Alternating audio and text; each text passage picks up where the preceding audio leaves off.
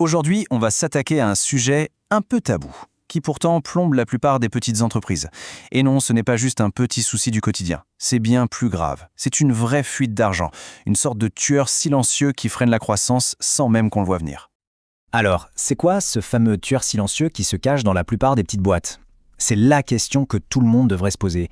Parce que, croyez-moi, cet ennemi, il est partout. Il ne fait aucun bruit, il n'envoie pas de facture, mais les dégâts qu'il cause sur le chiffre d'affaires, eux, sont bien réels.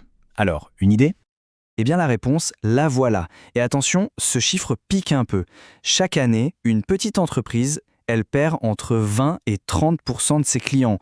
Oui, on parle bien de ça, c'est juste énorme.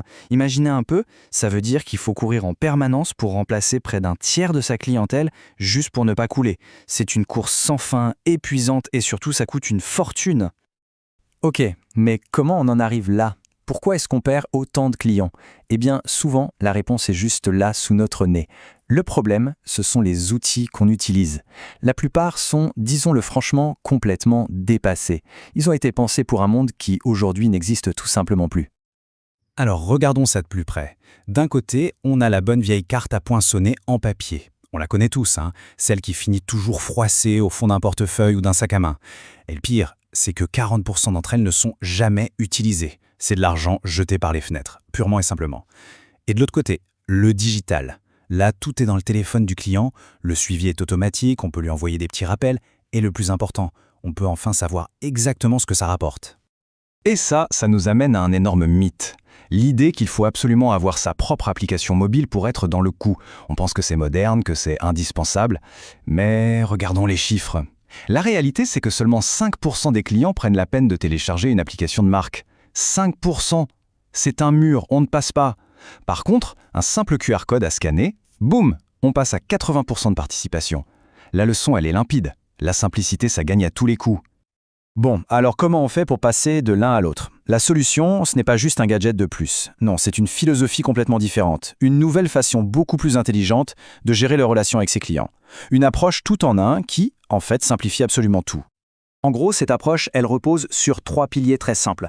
D'abord, un tableau de bord client super clair pour enfin voir qui sont ses clients, qui sont les meilleurs et qui risque de partir. Ensuite, des programmes de fidélité numérique super faciles à rejoindre. On parle de 10 secondes avec un QR code. Et enfin, des outils pour mesurer concrètement ce qui fonctionne et pour garder le contact automatiquement. Bref, c'est puissant, mais surtout, c'est simple. Allez, rentrons un peu plus dans le détail. Le cœur du réacteur, si on peut dire, ce n'est pas du tout une solution rigide, taille unique pour tout le monde. Non, c'est une vraie boîte à outils. L'idée, c'est de trouver la stratégie de récompense parfaite qui colle vraiment à chaque type d'activité. Et dans cette boîte à outils, qu'est-ce qu'on trouve? Eh bien, il y a toute une palette de possibilités. 7 types de programmes de fidélité différents. Que l'on tienne un café, une boutique, une salle de sport, peu importe, il y a forcément une option qui est faite pour chaque activité.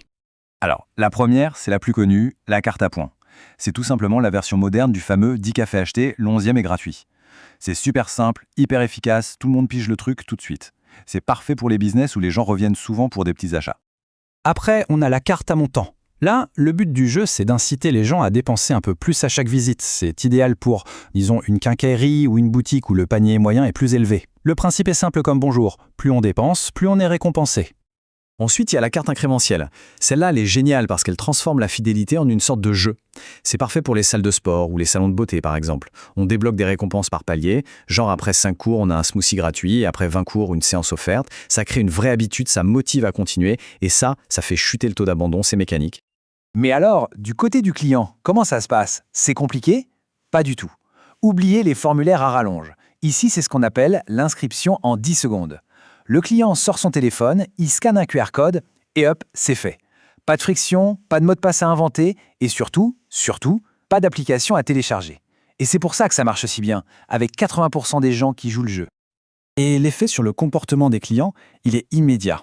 Tenez, écoutez ce témoignage d'un client du Café Luna. C'est très parlant. Il dit en substance qu'avant, il allait chez Starbucks, mais que maintenant, il vient ici parce qu'il gagne des boissons gratuites. Ça montre bien que la fidélité, ce n'est pas juste des points. C'est un vrai levier pour piquer des clients en grande chaîne et les faire revenir chez soi. Bon, tout ça c'est bien beau, mais à la fin de la journée, il y a une question qui compte plus que toutes les autres. Est-ce que ça rapporte de l'argent? Alors, parlons peu, parlons chiffres. Parlons du vrai retour sur investissement, le fameux ROI. Accrochez-vous bien. Le chiffre, c'est 586%. Je répète, 586%. Et attention, ce n'est pas une estimation ou une projection marketing. C'est le retour sur investissement réel, mesuré dans une quincaillerie. Le chiffre parle de lui-même, non ? C'est la preuve ultime qu'un bon programme de fidélité, ce n'est pas une dépense, c'est un des meilleurs investissements qu'on puisse faire. Et ce chiffre, il ne sort pas d'un chapeau. Regardons le calcul, c'est très simple. D'un côté, les coûts, 229 $ par mois, tout compris. De l'autre, les gains, 1800 $ de chiffre d'affaires en plus. De l'argent qui ne serait jamais rentré sans ce programme. Faites le calcul, ça fait plus de 1500 $ de bénéfices nets, directement dans la caisse, tous les mois. Au final, quand on prend un peu de recul, on comprend que l'enjeu va bien au-delà des chiffres et des pourcentages. Le vrai but, le vrai changement, c'est de passer de simples transactions à de vraies relations. Et ça nous amène à la question finale, la plus importante peut-être. Et si on pouvait faire en sorte que chaque client se sente vraiment spécial, comme un VIP, qu'il entre dans la boutique ou qu'il achète en ligne? C'est là le véritable pouvoir d'un système de fidélité bien pensé. C'est de transformer une simple vente en une relation durable, forte et bien sûr profitable. Voilà, c'est tout pour aujourd'hui. Merci d'avoir suivi cette analyse.